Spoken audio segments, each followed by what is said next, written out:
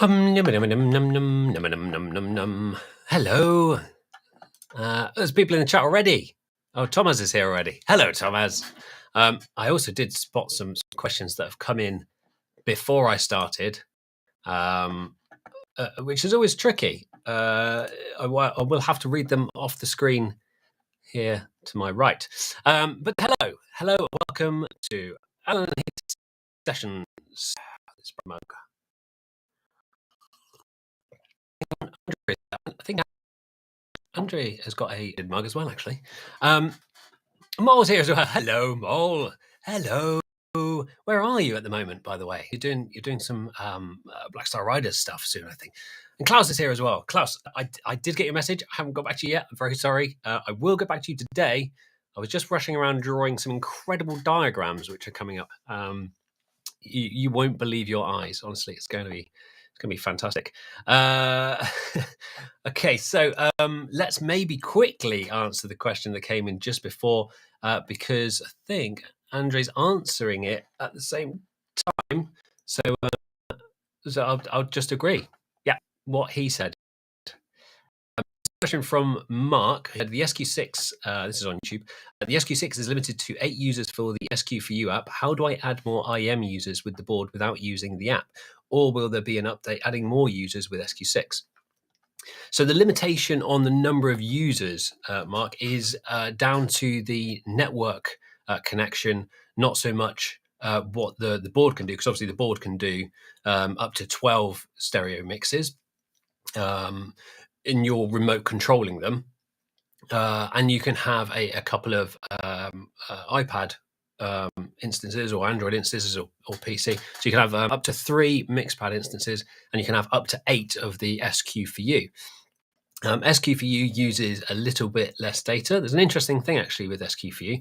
If you notice when you're using the wheels, and if you watch the faders on that mix, you'll see them staggered, and that's something that we did to decrease the amount of throughput of network traffic to keep it all stable. So it's all about the stability of the system and the amount of traffic going through that network at any one time. And obviously, if you've got 8 musicians changing a mix at one time, there's a lot of metering data going back and forth to all the different devices, but also messages coming in.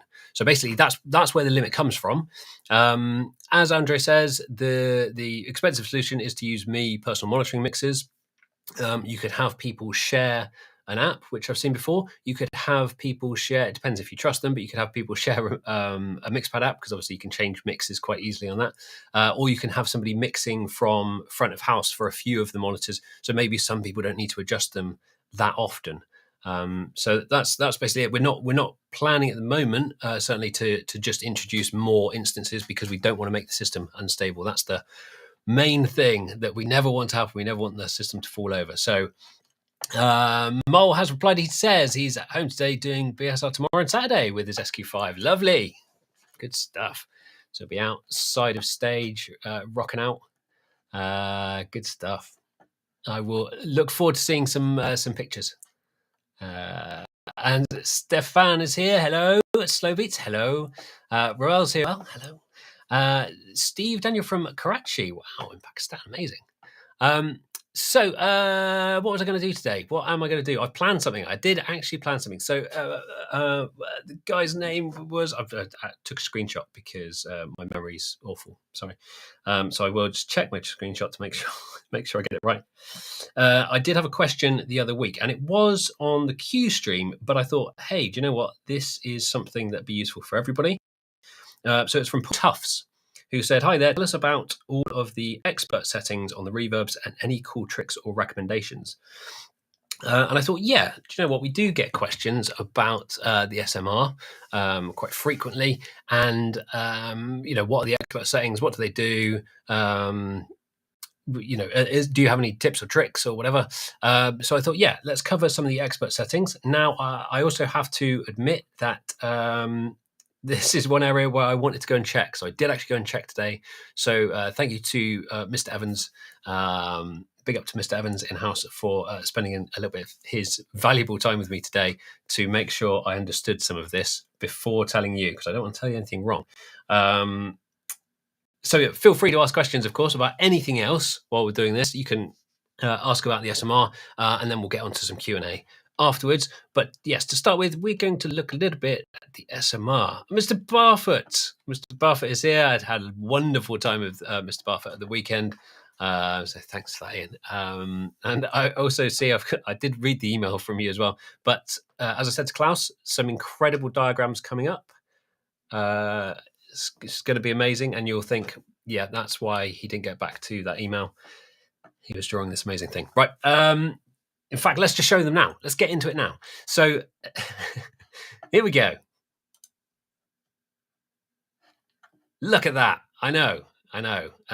Firstly, I just wanted to... connection lost. Oh, it's switched off. Hang on. So what I wanted to do first was to just... Oh, I've broken it. Bloody broken it. Hang on. What I wanted to do first was look at the... come back. Right. Is look at the basics of this. So just look at what the different parts of the reverb are and what we're emulating and what we're doing, because it will help understand the expert settings. So here is my incredible diagram, and here is the sound source. And this is a top view on the left-hand side. So the sound source, the direct, I'm going to use red for the direct. So direct sound's going like that to this, and this is a side view, and the sound is going this way. Right, great. So that's the direct sound.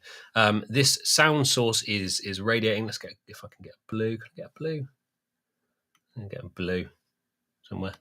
So this is radiating sound from everywhere. Sounds spilling out, flying out from it. So obviously you get your direct dry sound coming from the sound source. And then along with that, I'm just seeing if anybody loves my... Yep, Mole loves my diagrams. Thanks, Mole. Along with that, we then get... And let's go with a green. Green? Yeah, green. So the next lot of sounds that we're going to hear, aside from the direct sound... So the direct sound gets there first, of course. It's usually the loudest sound as well. And that's just our dry sound in the mixer. That's just our normal dry input channel, whatever, in the mixer. The next sound that's going to come along is going to be like the early reflections. So the first reflections, like little echoes coming off of surfaces. So you will get those coming from sidewalls. I always think in my head of this a little bit like a pool table. You hit the... Oh, I've drawn that the wrong way. You hit the ball around, it bounces around, and it kind of... Or mirrors. You can think about it like mirrors as well. So the sound's coming off, and maybe we get one bouncing off this wall as well. And you also get them bouncing off the floor, like that. And bouncing off the ceiling. So these are my kind of initial reflections. And obviously there's not just like a couple of these.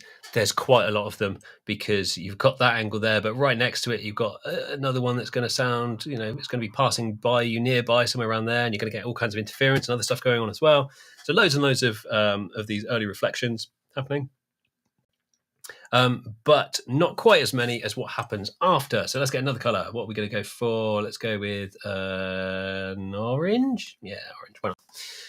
So what happens next is we're going to get some more early-ish reflections. And these are going to be maybe coming off a couple of surfaces. So let's say a sound that comes from here, goes down there, and comes down in from behind you. And every time it bounces off these surfaces, every time the sound bounces off them, depending on what the surface is, the sound might change slightly. So if you've got something that absorbs a lot of high frequencies, obviously the sound will get slightly more dull. If you've got something that absorbs low frequencies, then you might get a slapback. So you can have things like tiles with stuff behind them where low frequencies might be absorbed. And directional hearing as well, we hear high frequencies for direction. So a lot of this is high frequency stuff. So we've got that one there. Let's get another one over here somewhere. So we might have one that goes like up and down here, like that, and then like that, and then comes back down here. Amazing. Let's just have a quick look and see if anybody... Oh, look, Anthony, that diagram is absolutely incredible. Thanks. Thank you. I know. I know, spent all day on it. Okay, so hopefully all of that makes sense. One day, what I'll do is I'll get the guys in house who can actually draw to do some of these, and you'll have a much better time. Right. After that, we have. Let's go yellow, because actually it doesn't matter. Oh, no, it's not good yellow. Let's go for a light blue. Right. So after that, we start getting all of these reflections that have bounced off everywhere. They start to get more and more because it's you can imagine multiples of these lines coming off, and they're all bouncing around, and there's delays upon delays upon delays. So you've got stuff happening that's bouncing around like this. Maybe it misses you there and goes around over here and bounces over there and goes back over here and goes whatever. And by the time it gets back to you, of course, it's become a much smaller signal, much lower level. Yeah. So I think some of that stuff's pretty obvious. Of course, it's going off the backhaul as well, I should say. So we've got stuff going all over the shop.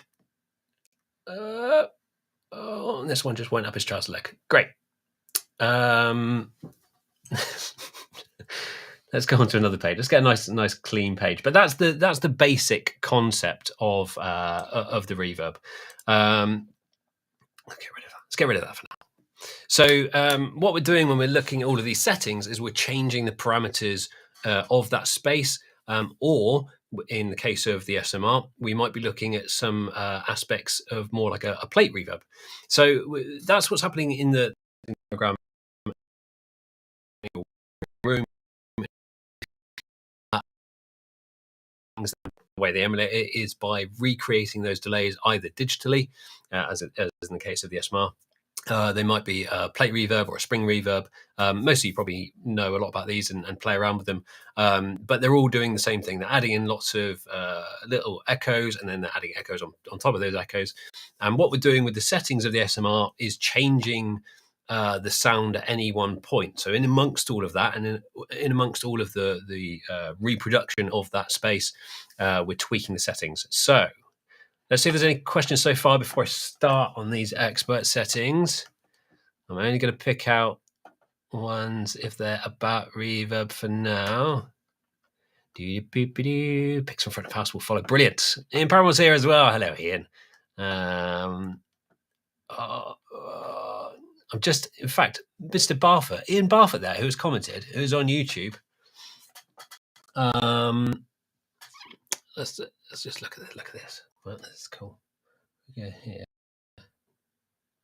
Look, that's his preset. Brilliant. So I don't know why you're here, Ian, because you definitely know how to make a reverb preset. Okay, this is what I do.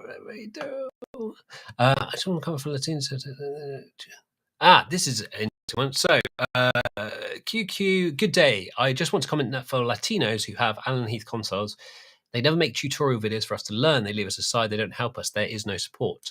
So, the main support guy for, we've got a few support people here, but one of the main support guys for Q and SQ is Raphael. He is Mexican, and he will be helping you out more and more. So make sure you go and join the. There's a Facebook group. It's ANH. It's the Latin American Facebook group. You can join in there. He is able to help you, and he can through all of this with you. And we're also I'm going to push him into this room at some point and make him do some videos for you. So there will be some stuff coming up for our Spanish-speaking users. So hopefully it helps. Okay, let's see if it's okay, great, fine. Let's carry on. Let's look at some of these expert settings and what they are and what they do. Let's start off with Hall Barfoot. So the basic settings to begin with, we've got low frequency and high frequency cut. I think that's pretty self-explanatory. That is a filter either side of on the EQ, so you're filtering out some of the high frequencies, filtering out some of the low frequencies. That'll stop your mix getting muddy or too bright with reverb, so you can pocket that reverb in the mid-range where all of the detail is most of the time. Pre-delay. So pre-delay is how long it's going to take before it kicks in. So that is, if I go back to my amazing diagram, that is the difference between, I don't know if you can see my cursor, maybe I need another color. That is the difference between this direct signal here and all of these kind of happening. So you hear that and you can see how much shorter that direct line is than all the rest of them. The pre-delay, the difference, so it hits you first and then you start hearing all the other echoes. So I hope that makes sense. Let's just close down some of these a second. I'm just going to close down some windows because otherwise I might open something up accidentally. Right. So pre-delay. Yep, pre-delay is just the time before. If you increase that, you're adding a bit more space, and that can help with things like clarity on a vocal, for example, where it's easier to pick out the sounds of the vocal or the consonants and things in the vocal, or any sound actually, before the reverb comes in. So it gives it a little bit of space to breathe. The decay time is how long that reverb's going on for. So that is roughly an RT60, which is the time it's going to take for the level to drop by minus 60 dB. That's just how long it is. You know, if you're in a big hall and you clap and you can count a few seconds for how long the reverb's going on for, that's that time. High frequency decay is an interesting one. So this is it affects obviously just the high frequencies. There's the high frequency decay setting. There is a frequency setting, and that's where the kind of roll off starts to happen, and that happens within the reverb itself. So it means that the high frequencies, as they're repeating and as these delays are happening, you're filtering out some of that high end, which is what would happen naturally in a space. So as the sound's bouncing around, like in this room, for example, you can see I've got some acoustic stuff behind me. I've also got some in front of me. As it hits a surface that absorbs high frequency sound, it will carry on bouncing around some of those mid frequencies. In fact, these panels over here are diffusers, so they're reflecting some of the high frequency and absorbing some of the mid frequency mostly. So that the high frequency gets absorbed by people and carpets and curtains and anything soft, anything fluffy. And that's kind of mimicking that. So if you turn the frequency up to something very high, it's not going to do a lot. And as you turn it down, it's going to reduce the high frequencies. And the high frequency slope is the amount it's going to reduce those on every repeat or within the repeats. So that's the basic bits. Ian Buffett's saying pre-delay gives the brain a clue to the size of the room. Absolutely. So what I should have said on my diagram as well is that those first lots, so let's pick out some colors. So the green line's there, and say the yellow as well, is going to give you more information about the size and shape of the room. And that's the kind of early reflections, the first part of the reverb, and then the other parts of the reverb are going to give you a sense of size and space, but also just sound nice. But it's that first bit that's really helping you understand what's going on in the space or what the space is like. Cool. Right. So expert mode. All right. Now I need to start going to my notes to make sure I get this right. Hopefully. Thanks, Mr. Evans. So diffusion. That is the initial diffusion. So when the sound comes into the reverb, it gets split up immediately into the first lot of echoes. The size there works with this diffusion, this page is reflection. So it's the diffusion of the reflections is how much you split it up, then how those reflections are spaced out. And then it's the shape of that initial reflection. So I don't know if I can show this on the diagram I've got, but you can have different shapes. So you might get a lot of the very early reflections, or you might get more reflections a little bit after. So you get that kind of sound of a reverb blooming and kind of coming in and kind of sweeps up and then goes down, almost like an attack on a synth or something. So that's the shape is changing the shape of those early reflections, or the shape of the amplitude of those early reflections. And then the reflection detail is adding in some extra diffusion or adding in some extra delays, which is a little bit like texture. It's a little bit of extra bits and bobs from diffusion from natural objects. So all of this is about delays on delays on delays, and those ones are little ones that come in at the beginning. So this is all in order, actually. So I should say that the first thing is the reflections. The next one is a couple of echoes, and those are echoes that are in that initial stage. So you can pick out two echoes at different times, and that's like it's almost like a really reflective surface in that space. So you could have like, I don't know, like a window or something, I don't know, but you could have something in that space that's very reflective, and you can play around with those to see what sounds nice, and you can get the blooming effect as well, and that's just adding in delay. So a bit like when people say, oh, I love the sound of a delay going into a reverb, this is like having a delay in the reverb straight away. It's not quite the same, but it's a similar thing, similar effect. So that's fairly straightforward. So the next one is decay texture. So this is the body diffusion and the tail diffusion.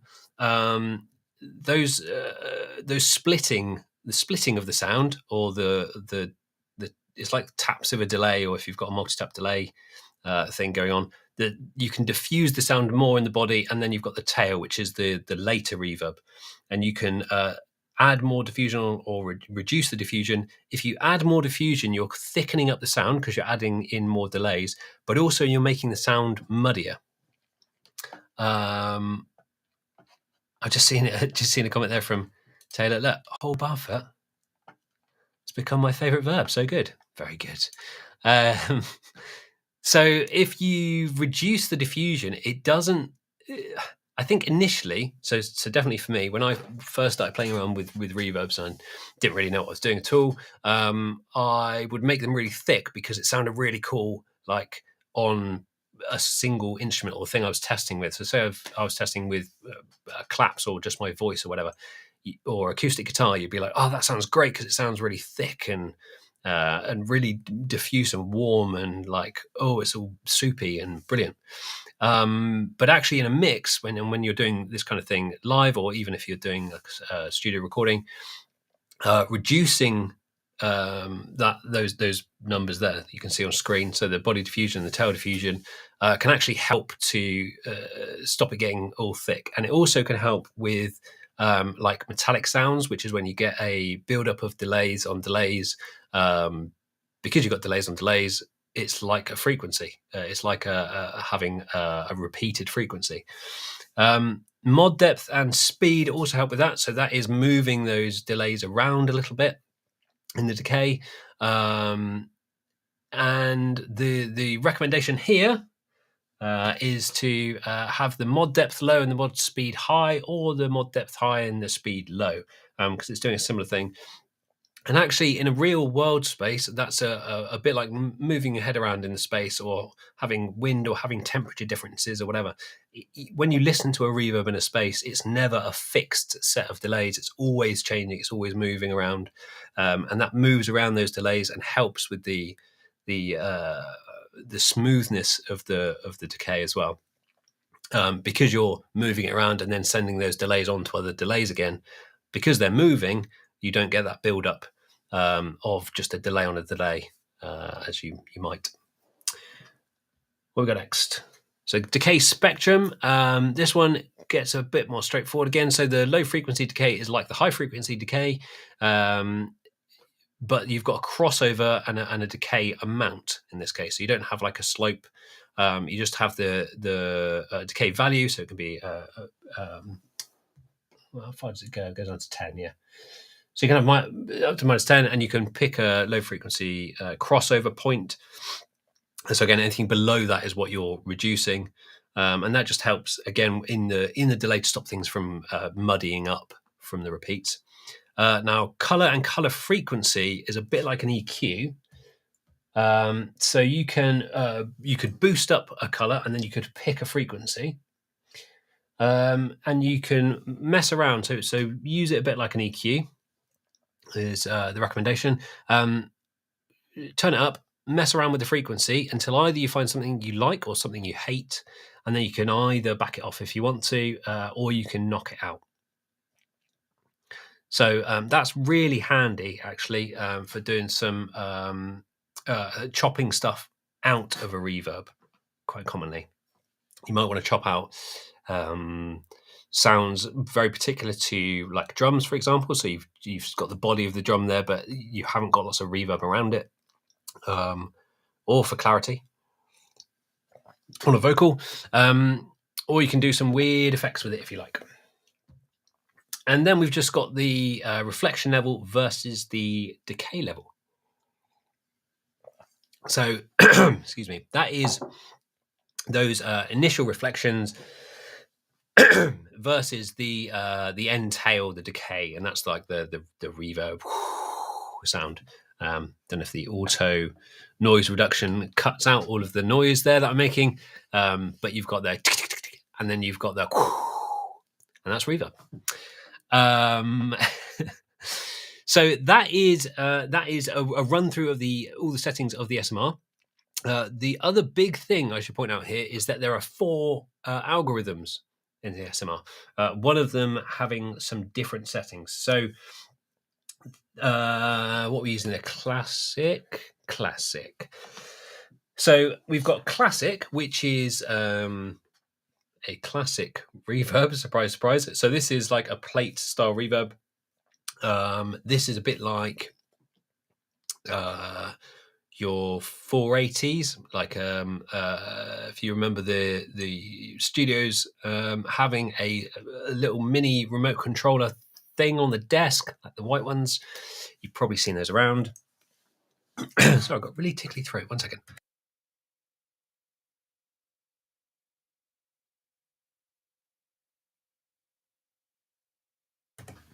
Oh, there we go. Maybe that's better. Hopefully. Where was I? So yeah, classic 480 or classic digital reverbs. So this is a very classic algorithm. It's the sound that you would hear on hundreds of thousands of records and also live. It's just a very usable, useful reverb, but it is more of an effect style. So it is a digital reverb. And funnily enough, some of the settings in there, or some of the algorithms that have been developed for that, are based on real things. So it's like having a plate reverb, which is a version of trying to replicate a room reverb, and then having a digital version of that. And then we've modeled ours after some of the classic ones that have done that. So it's kind of four things down the road. The next 2 that we've got are the hall and the room reverb algorithms. So they have mostly the same settings, but they don't have a shape setting. So let's go for chamber mid. There we go. So that's a hall. And you'll see if I go through the expert settings there, I don't get the shape, but I get everything else. And this is much more like a real space. So the idea behind this is the hall, and you can see the algorithms here. The hall is much more like a real space, and it's emulating a real space, whereas the classic is a bit more of an effect. And let's see if we've got what have we got here? Chamber small. No, let's go. Well, there's some rooms down here, isn't there? Let's go find some. Let's find some rooms down here somewhere. Room kickbox. Piano bar? There we go. So the room is, and this is all to do with what Ian said, actually, about those first early reflections. And the big difference between the room and the hall is that the room, the clue to the sound is in those early reflections, and the algorithm sounds more like a room in this one and more like a hall in the other one, so a bit bigger space. You can, of course, mess around with the pre-delays, and you can mess around with the size and stuff, and that will change it. But there's limits on what you can do in that same space. So the last one is EMT. So EMT is a really interesting unit, actually. And this one sounds brilliant on vocals. Let's Let's go. There we go. And that's why we actually have it in there as one of the default settings. Sounds brilliant on vocals, sounds brilliant on instruments.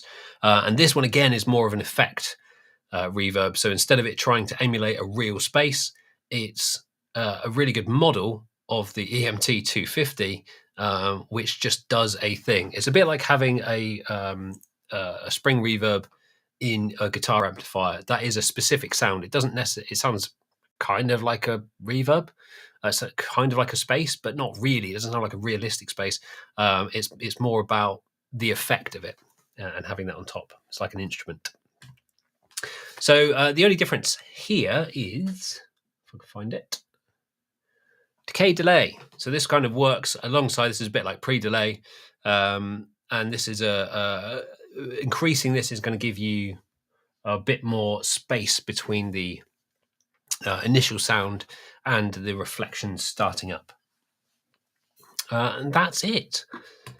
So that is your reverb setting. Let's see if there's any questions about the reverb whilst I drink some more water. I don't know why my throat's gone funny. I should just... There we go. Right.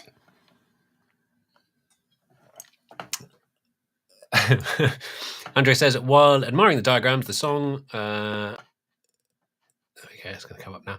Picture of a matchstick man is suddenly coming to my mind. Yep. I do apologise. It looks like everyone's helping each other again, which is great, which is always nice. We've got such a wonderful group of users that I don't really need to be here. I'll just set it up and go and play with an SQ. Okay, here we go. Stefan says, I compared 2 different ways to send sound Spotify from my computer. I haven't read this question yet. I hope it's one I can help with. From my computer, jack, cable, USB to USB. Significance in sound quality between the 2 sources. It was way better the jack cable. What could go wrong in my setup? That's very interesting. So that kind of could tie in with...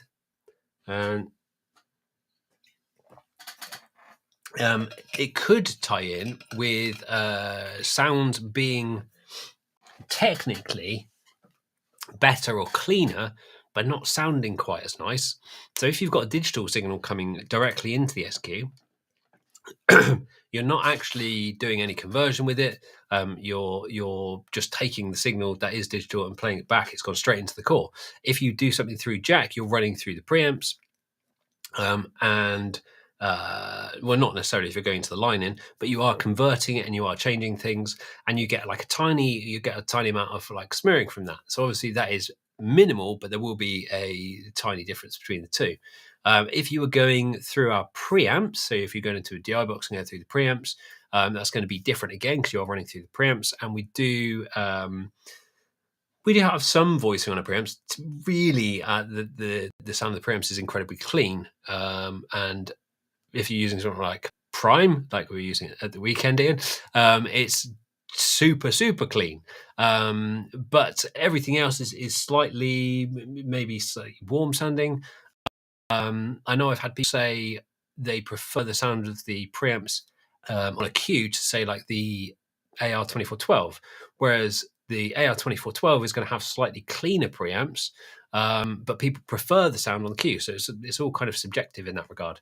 So if you think there's a problem, Stefan, do contact us using support.alan-heath.com, and we can look into it with you. But it might just be that the USB is just super clean. We've had that as well, where I've certainly heard of a few cases where people have put SQs into installs, and everyone's gone, oh, it just sounds really bright. And actually what was going on is everything sounded really dull before. So people have done things like use GEQs to try and boost things, and they just plugged in the SQ in its place. And because it was super clean and really detailed, everyone was like, oh, I can hear everything. So yes, some of that is quite subjective. Interesting. My SQ5, David says, my SQ5 does not connect with DHCP, but does with static. Oftentimes cuts signal from iPad. That is weird.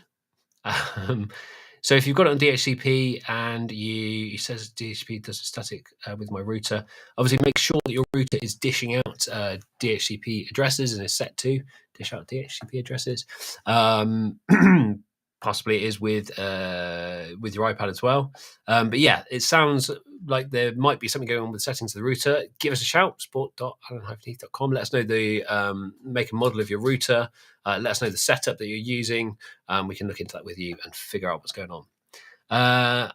Now, Andre has said, again, I didn't read this. I just put it on the screen. That's how much I trust you, sir. Now that I have a nice way to insert plugins into the channel or mix at very low latency, I'd like to know how you'd set up for sound effects like reverb or delay. Good question, because there's a couple of different ways to do it. Now, if you haven't seen Andre's YouTube channel, go and check it out. He's got some brilliant videos, including one that went out 2 days ago, I want to say, which was about using waves with a Thunderbolt to network connection, and then Waves card, laptop, so it's Waves native going into the SQ, and then having some chains and stuff going on inserted on various channels. So Andre, to answer your question with the how would you use external stuff, personally I would use it with auxes. You can insert stuff on groups as well. That's another way of doing it. So you can insert stuff that way. And I have done that before as well. But yeah, I use just auxes in the same way as I'd use the effects buses instead of inserting things. I don't often use personally. I don't often use inserts on my outputs that would be reverb and delay. So I always use send and return, just because it gives you all of that control over everything that's being sent and everything that's coming back in, and where you send that return off to as well. And yeah, I return it. So I'd send out from an aux, return to an input channel, possibly stereo, depending on what I've got. Yeah, just that really. I'm very sorry about my coughing. I don't think I've got the bug again. Oh no.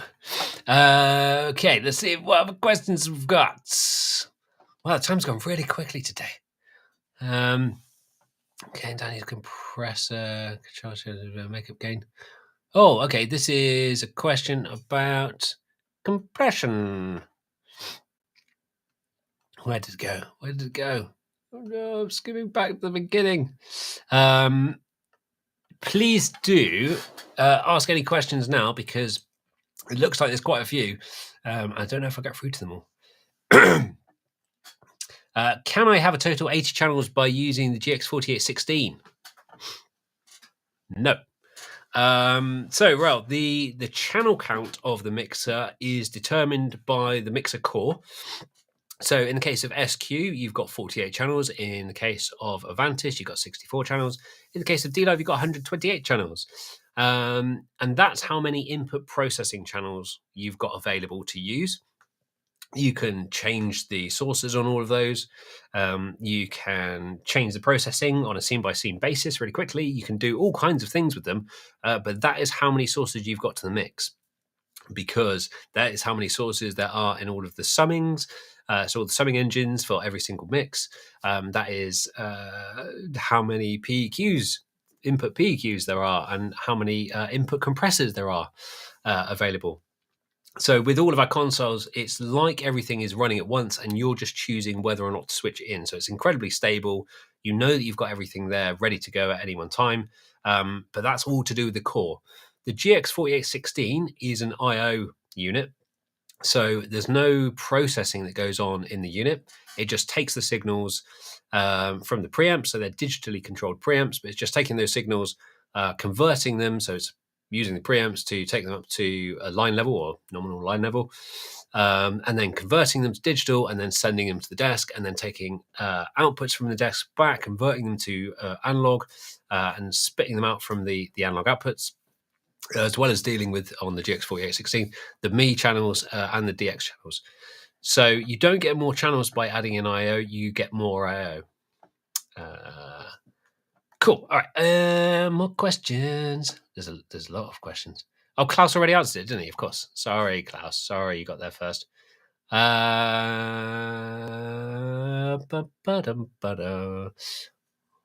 I think I answered that one. Answer that one. The screen's got a bit funny. I need a new screen. Merry festive stuff, says Simon. Thanks, Simon. Merry festive stuff to you too. We have got chocolates in the office now. So I'm going to start putting on weight now. We'll see how we get on. So, SQ Live Professor. Yeah, also Andre's using Live Professor, which is brilliant. Brilliant fun. Really cool program. And I think I did do a stream on that. Maybe I should do another one. I don't know. Let me know if you wanna do some stuff on that. Let me know. But obviously, go and watch Andre's video first because he might be able to answer all your questions. Not enough gin in that flask of tea, says Mal. That's what it is. That is what it is. Andre had to run, so he's gone. Right now he's gone. I can tell you his videos are really good. Cool. All right. I don't think there's more ballpark settings for compressors. I used a matrix as brilliant. Plus used a matrix for effects. Okay, ballpark setting for. Do you have? Oh no, I'll answer that one first quickly because that's a bit like the last question. So Thomas says no. Last Q&A this year. No, I'll do another one next week. Actually, I just clicked on the wrong one, but that's a good question. Did you have up to 64 channels? So the Avantis is up to 64 channels. So if you need more channels, yes, you can grab the Avantis. That's one. Best place to be right here. Oh no, my pet has COVID. Oh well, hope you're better soon. Hopefully you don't get the cough for 2 weeks. That's why I had it. It was horrible. Hide. So get your questions in now, people, because I probably am going to wrap up because I think there's only like a couple more questions here.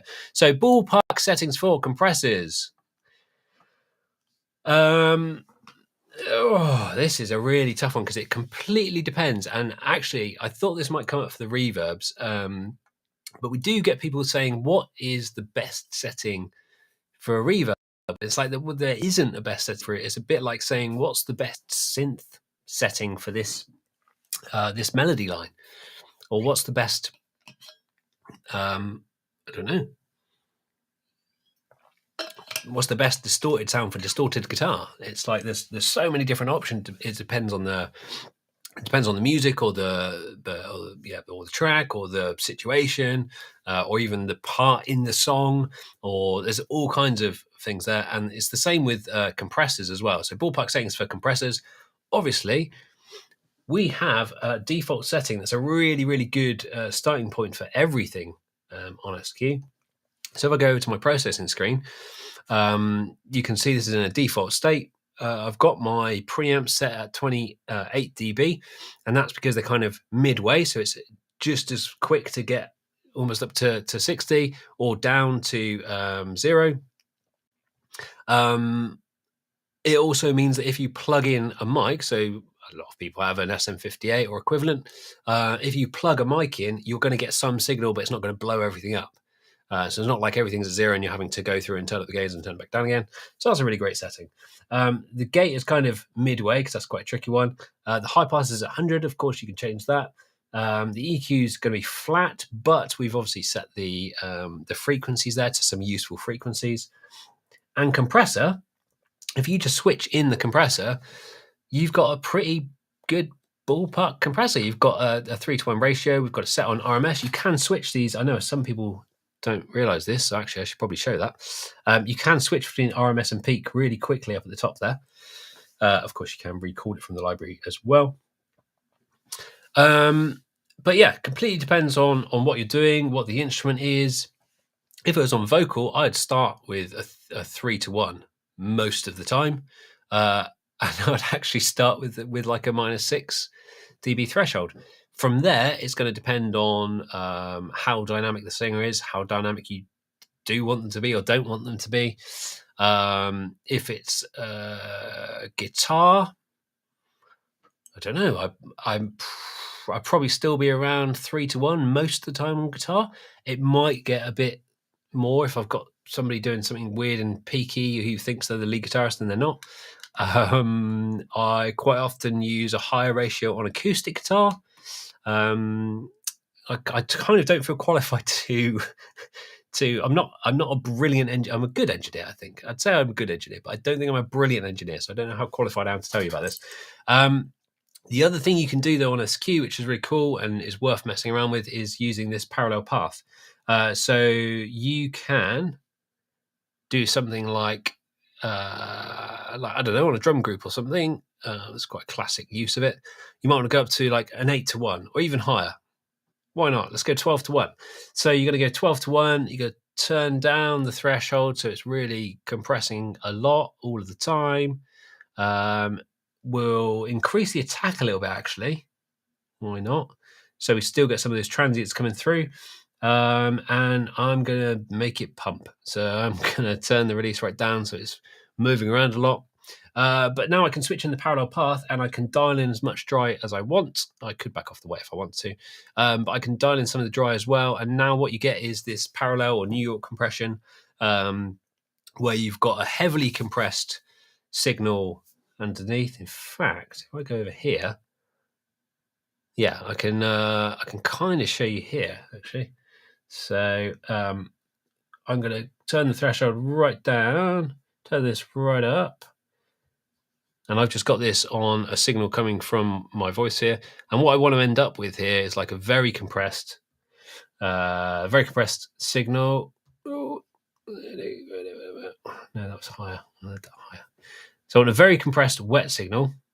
And if you could hear that, it's just very, very compressed. There's not a lot going down, but it's squashing it and moving all around. It's quite exciting. I can switch that in and I can have some of that dry alongside it. So you get all the transients and the natural sound from the dry signal. And from the wet signal, you're getting a lot of extra body and a lot of extra kind of level coming through. And that sounds really cool on drums, amongst other things. So there's a couple of random tips. But definitely I can tell you about how the mixer works. But I might not be the best person to tell you how you should use it. It's a bit like somebody. It's a bit like Makita telling you where to drill a hole. It's probably not the best thing to do. Right. What have we got? Have we got any more? Have we got any more questions? Oh my goodness. Look at that. I didn't even see that. So if you watch this video in reverse, then that all makes sense. Great.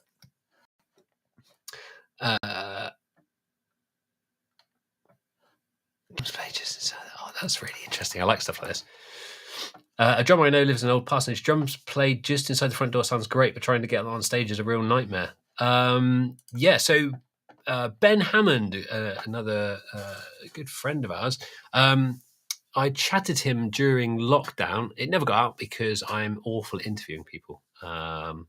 It turns out, and I just chatted instead of actually asking useful questions. But he said something that was very interesting about making a space for the drummer on stage. So using some of that reverb stuff we were talking about earlier, you can create a space or create a room or a box or a whatever in the reverb and have just the drummer in that space first. So you're putting them in space and it's a real space and then you leave them there. So as you're writing other things and writing reverb and stuff, you just leave the drums in a room because it sounds cool. So yeah, definitely worth trying to mess around and get just a drum reverb that you really, really like that works across the kit, or maybe you just put a bit of it on, I don't know, the snare and the toms or something. But get a drum reverb that you really, really like and then just only use that for the drums instead of pumping everything through the same reverb. So that's another fun thing you can try. The socket installed at the scene level. Socket installed at scene level or at show level on the SQ. They are stored at scene level, so you can change them on scene by scene. Why can't the de-esser? Oh, okay. Why can't the de-esser dynamic EQ be inserted without using space from the effects rack? That's a good question. So the de-esser and the multiband and the dynamic EQ all use processing that's only available in the effects rack. So deep works instantaneously using anything that's deep, so the deep compressors and things. That is instant because it's not doing the same type of calculations as the multiband and the dynamic EQ. If you go up to something like Avantis or D-Live, they have the Dyne engine. So that's a dynamic engine that can work in the channel. So if you go to D-Live, I think I'm right in saying this. I should go and check with Jack, really. That you've got 64 instances of the Dyne 8, which is multiband, compressor, and dynamic EQ all in one. You've got 64 instances of that only add a few samples because it's got this special Dyne engine in it that can run those 64 instances, and you can use them wherever you want, of course, across the desk. Whereas SQ doesn't have that. So SQ does have deep, doesn't have the Dyne engine. So when we got a lot of requests from people wanting to do multiband and dynamic EQ, the way we could do it is by putting it into the effects engine instead. So that's kind of the reason. There is no deep de-esser, multiband, or dynamic EQ, I'm afraid. Is this on the queue also? It depends when you ask that question, William. If you're talking about the compressor stuff, you don't have the parallel path because that comes with the XCVI core, which the Q unfortunately doesn't have. But if you're talking about all the reverb stuff, then yes, it has all of the same reverb settings and kind of power that the SQ has. It's just that the SQ has got 8 lots of effects racks, whereas the Q's got either 2 or 4. How direct out individually, not globally? Oh, interesting. Musicists very. I'm sure that's not what they said. How can I direct out individually, not globally? We use the ME system for IEM post-processing, effective USB audio recording. How can I make it different? So this is why I always recommend using tie lines for recording, because using tie lines for recording means that you are taking the signal directly from the preamp. So if like a recording that I was doing at the weekend, you've got 32 channels, 32 sockets, 32 preamps that you're using. You can use tie lines to send those 32 sockets directly to digital output sockets. I should just show you because I've got an SQ here. So if I go to my IO screen and go to tie lines, on the left-hand side here, I can say, let's say I'm using, just local actually. So I'm just using the local inputs there. So that's local inputs on the left-hand side. And if I want to record them to USB, like you were saying, I can just tie line those straight out to USB. So I can take those local sockets. Yes, please. Great. So that just means that all of my local sockets are now tie lined to USB. If I go to outputs and input direct outs, you'll see I don't have anything patched there. If I do patch some of these, so this is, I think from what you're saying, this is how you've got it set up at the moment. So you'd have everything from direct outs. That takes over from these. So you can only have one thing going to each output. So I'd say use tie lines for that, because that means that your input direct outputs can then be used for the ME system. So you've got 2 totally separate things, and you can do what you like with the ME system. Then you can put EQs on individual channels. You can send to the ME system post compressor if you wanted to. But all of that's not going to affect your recording. Your recording is just going to be completely clean, completely dry, and you can remix it and mess around with it later. How do I remove left and right? Oh, I think I've just done it again. I think I've just kind of answered this question. So when you're doing a multi-channel recording, I'll just answer it again, it's fine. When you're doing multi-channel recording, when you're in the default state, as I was, 1 and 2 is routed from the left and right out. So let's go back over here. So my mix outs normally coming from here would be set up like this. And that is because if you're doing a stereo USB recording, see if I go over to my SQ drive and I've got a stereo recording, you can see that those are routed from main left, right, left, and main left, right, right. If you wanted to instead record, and actually I should show you a multi-track as well, because that's going to tell you what's going on. So you can see that's main left and right, and then 3, 4, 5, 6, 7, 8, 9, 10, 11, 12. Or if I go to meters, in fact, USB meters is very handy here. And that will tell me as well for my USB outputs, I've got main left, right, left, right, left, right, left, right. If I go back and I do what I was doing before, suggesting before, to record from tie lines, and I do that, then when I go back to my meters page, now it's getting its output from local socket 1 and 2, 3, 4, etc. If I go back to my SQ drive, you'll see the same. And if I go to my stereo, of course, it's from there. So the reason we do it as 1 and 2 by default from left, right is because when you do a stereo recording, or if you hook up to a Windows WDM driver and you've got the stereo input, we wanted that to be by default the main left, right, because we think that's what most people are going to use most of the time. So hopefully that answers your question. But yeah, just repatch it. And away you go. William says, "Cool beans, Keith." It was helpful. Was that helpful for the compressor stuff? Okay, great. Tom is still waiting for hardware news. I'm afraid, Tom, as you know, and I do really, really admire your persistence on this, but I cannot confirm or deny anything that we're working on for the future, or give you any clues and hints as to what that may be, other than we are still all here. It's not just me, Jack, and Al doing these streams, and everybody else has gone.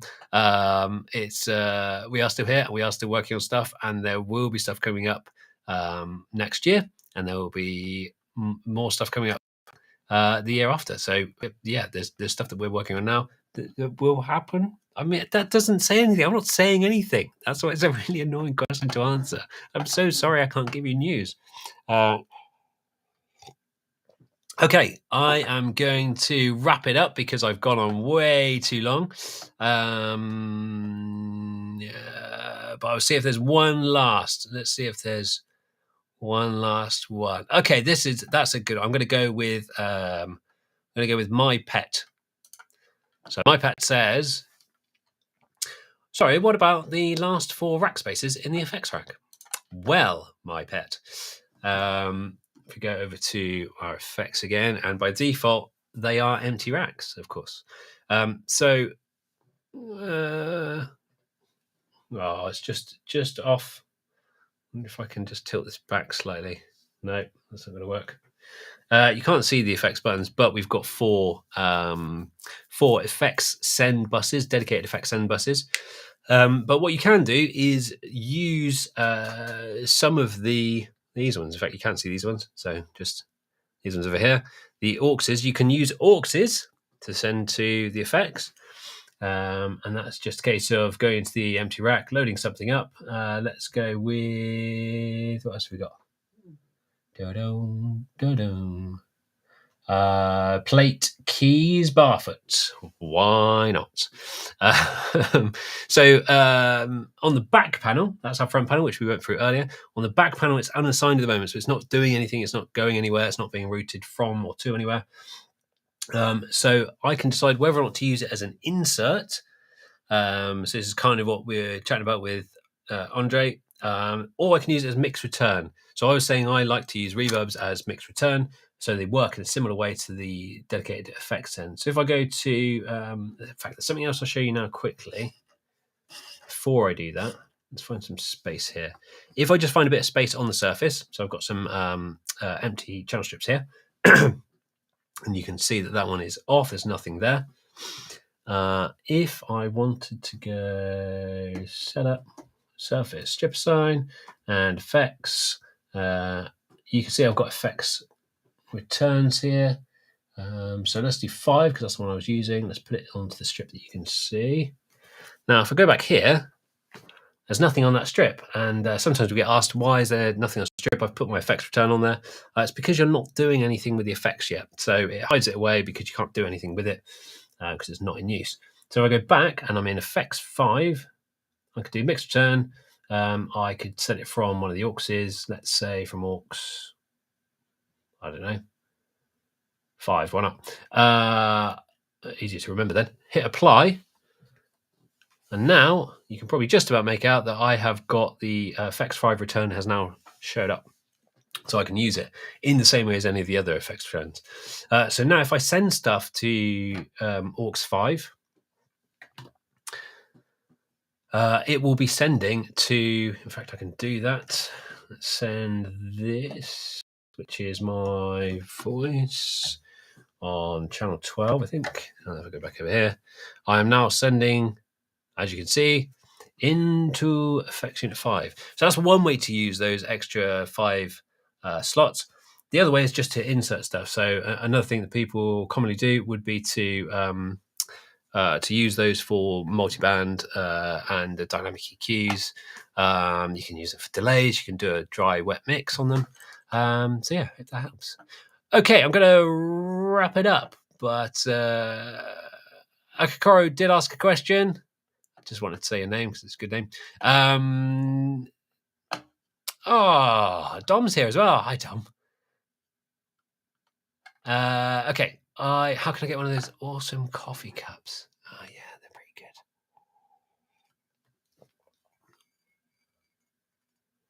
Amazing. I don't know if they're available, actually.